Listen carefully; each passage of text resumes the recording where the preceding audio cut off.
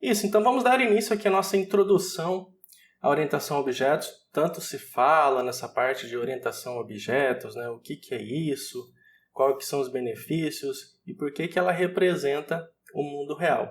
Então, primeiro eu vou ler aqui um pouquinho da teoria, depois eu vou explicar um pouquinho melhor para vocês, tá? Então aqui, ó, programação orientada a objetos. Vocês vão ver também as siglas como POO ou então apenas o OO, né? Orientação a objeto. Ou então P, programação orientada a objetos. Tá? É um modelo de análise de projeto e programação de software, baseado na composição e interação entre diversas unidades chamadas de objeto. Então, qual que é a ideia da gente programar orientado a objeto? É a gente dividir em classes, em objetos. Por exemplo, a gente pode ter uma classe de pessoa.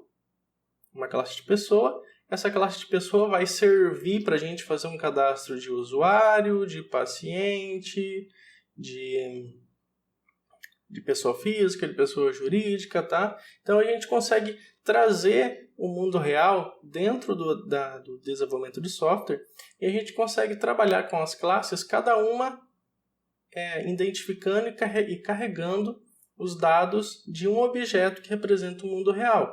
Um objeto que representa todos os dados de um carro, de uma pessoa, de um produto, de uma venda e assim por diante. Então, a orientação ao objeto, toda a arquitetura, desde sua concepção, da sua análise, da sua estrutura, toda ela já é pensado em orientação a objetos para depois colocar a mão ao código e desenvolver toda a programação mesmo orientada a objeto. Tá? O objeto também a gente é conhecido também como a classe e objeto. Normalmente, durante as aulas, eu vou falar classe, vou falar objeto, vão ser basicamente a mesma coisa. Você já tem que criar essa ideia que vai ser basicamente a mesma coisa dentro da programação. Porque um objeto, antes de tudo, ela vai ser uma classe, que a hora que a gente estiver programando na memória do Java vai se tornar um objeto. Tá? Um pouquinho aqui de introdução. Ó. Uma classe ela é uma forma de definir um tipo de dado em uma linguagem orientada a objeto. Ela é formada por dados e comportamentos. Certo? Então, por exemplo, vamos pegar aqui uma classe de carro.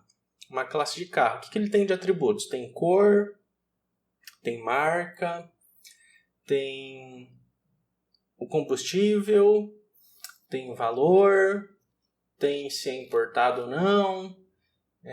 Vamos ver aqui outros. A potência do motor. Vamos ver aqui os outros atributos que a gente pode ter no carro. Que seja mais genérico, sim, no caso. A categoria, se ele é passeio, se ele é caminhonete ou não.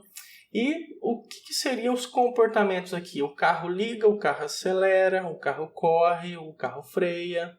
Não é verdade? Então, esses são os comportamentos. Então, a gente sempre tem atributos e comportamentos. No caso, eu sou uma pessoa. Então, a gente teria uma classe que depois seria um objeto de pessoa.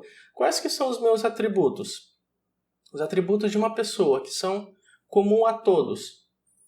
Altura, peso, cor de olho, cor de pele, no caso, a etnia,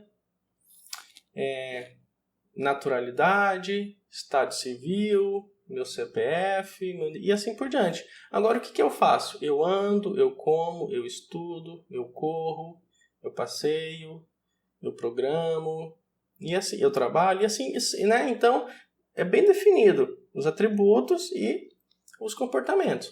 Então, tudo dentro da programação orientada a objetos é isso. São objetos que carregam informações, interagem entre si, processam os dados, fazem comportamentos e assim o software vai evoluindo, vai sendo construído. Então, tudo no mundo real pode se tornar, ou no caso, se torna um objeto dentro da programação. Eu quero que você, a partir desse momento, você vá criando a mentalidade de que qualquer objeto, por exemplo, o computador, o monitor, a janela da sua casa, a cama no caso, a casa, a tua casa, ela tem os seus atributos, é de material, é de madeira, em que endereço que ela está, a altura do teto, metro quadrado, assim por diante.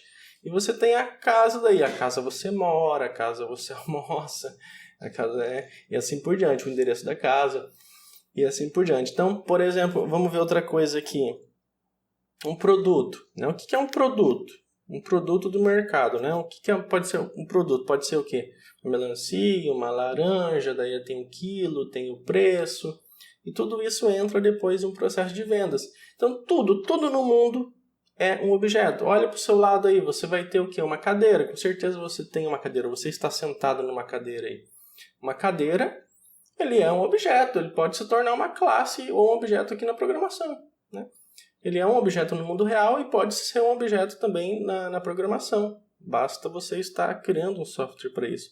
Então, você tem o objeto cadeira, então, o material que ela é feita, a altura, a cor e assim por diante. O que você faz com a cadeira?